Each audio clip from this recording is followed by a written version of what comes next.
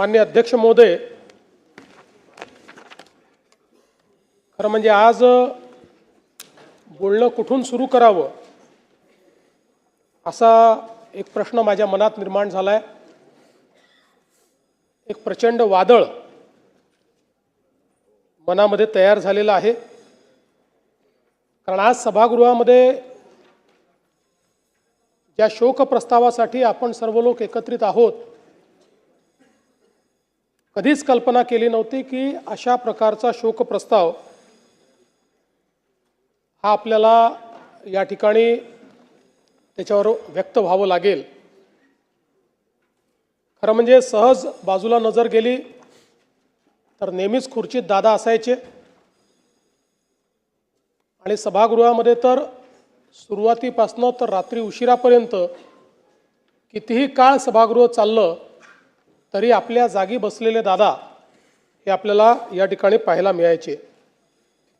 आज दुर्दैवाने ते आपल्यामध्ये नाहीत, याची निश्चितपणे खंत आहे। खरं तर यावर्षी दादांनी 12वा अर्थसंकल्प मांडला असता, पुढच्या वर्षी 13वा अर्थसंकल्प मांडून बॅरिस्टर शेषरावजी वानखेडे यांचा जो विक्रम आहे त्याची बरोबरी केली असती आणि कदाचित पुढच्या काळामध्ये महाराष्ट्राच्या इतिहासात सर्वाधिक अर्थसंकल्प मांडणारे अर्थमंत्री म्हणून दादांचं या ठिकाणी कार्य राहिलं असतं। पण अचानकपणे दादा आपल्यातनं निघून गेले आणि यावेळी हा अर्थसंकल्प मांडण्याची जबाबदारी या ठिकाणी माझ्यावर आली। खरं म्हणजे अर्थसंकल्पाच्या संदर्भात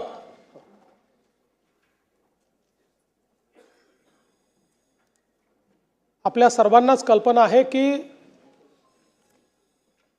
कठोर निर्णय घ्यायचे असतील तर ते घ्यायला कधीही मागे पुढे न पाहणारे अजितदादा होते। पण त्याचवेळी वित्त विभागाने लाडकी बहीण योजनेचा भार हा अर्थसंकल्पावर फार मोठ्या प्रमाणात पडेल आणि म्हणून याचा पुनर्विचार करावा असं सुचवल्यानंतर देखील त्या ठिकाणी ठामपणे निर्णय घेऊन तो विषय मंत्रिमंडळापुढे आणण्याचं काम करणारे देखील अजितदादा होते। आणि आपल्या सगळ्यांना आठवतं की लाडकी बहीण योजनेनंतर अजितदादांनी गुलाबी जॅकेट घालणं सुरू केलं होतं आणि आम्हालाही सगळ्यांना ते जॅकेट घालायला लावलं होतं। आता या सगळ्या गोष्टी केवळ आठवणींमध्ये आहेत आणि म्हणून मला असं वाटतं की संपूर्ण सभागृह अत्यंत या परिस्थितीमध्ये दुःखी आहे। खरं तर अशा प्रकारचा प्रस्ताव मांडणं एक घटनात्मक जबाबदारी देखील आहे, पण मला असं वाटतं की माझ्याकरता एक अत्यंत भावनिक अशा प्रकारचा देखील हा प्रसंग आहे।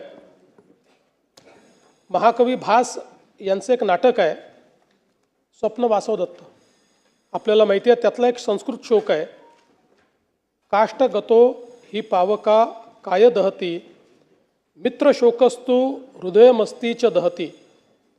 याचा अर्थ असा आहे की लाकूड जळते तेव्हा तो अग्नी केवळ शरीर जाळतो, पण मित्रशोक हा हृदय आणि अस्थिलाही अर्थात आपल्या अंतस्थ आत्म्यालाही जाळतो।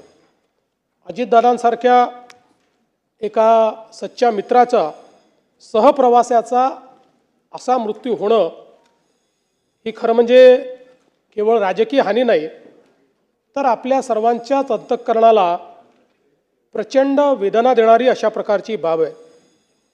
आपण असं म्हणतो की काही गोष्टींवर काळ केवळ हे औषध असतं, पण तरी देखील कितीही काळ गेला तरी काही वेदना या मात्र कमी होत नाहीत। अशा प्रकारची निश्चितपणे ही एक वेदना असणार आहे। आपण अनेक वेळा राजकीय नेत्यांच्या निधनानंतर पोकळी निर्माण झाली अशा प्रकारचं वक्तव्य करतो। खरं म्हणजे ज्यावेळी एखादा ज्येष्ठ नेता आपल्यातनं ते निघून जातात. अनेक वर्ष त्यांनी काम केलेलं असतं.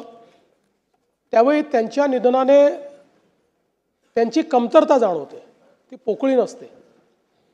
पण ज्यावेळी अजितदादांसारखा एक व्यक्ती जो राजकीय क्षेत्रामध्ये स्थिरावलेला आहे, ज्यांनी राजकीय क्षेत्राला वेगवेगळ्या पद्धतीनं पादांकरात केलं आहे, ज्यांनी राजकीय क्षेत्रामध्ये आपलं स्वतःचं अस्तित्व नेतृत्व निर्माण केलं आहे आणि ज्या व्यक्तीकडे समाज आणि संपूर्ण क्षेत्र भविष्याच्या दृष्टीनं पाहत आहे, असा व्यक्ती ज्यावेळेस निघून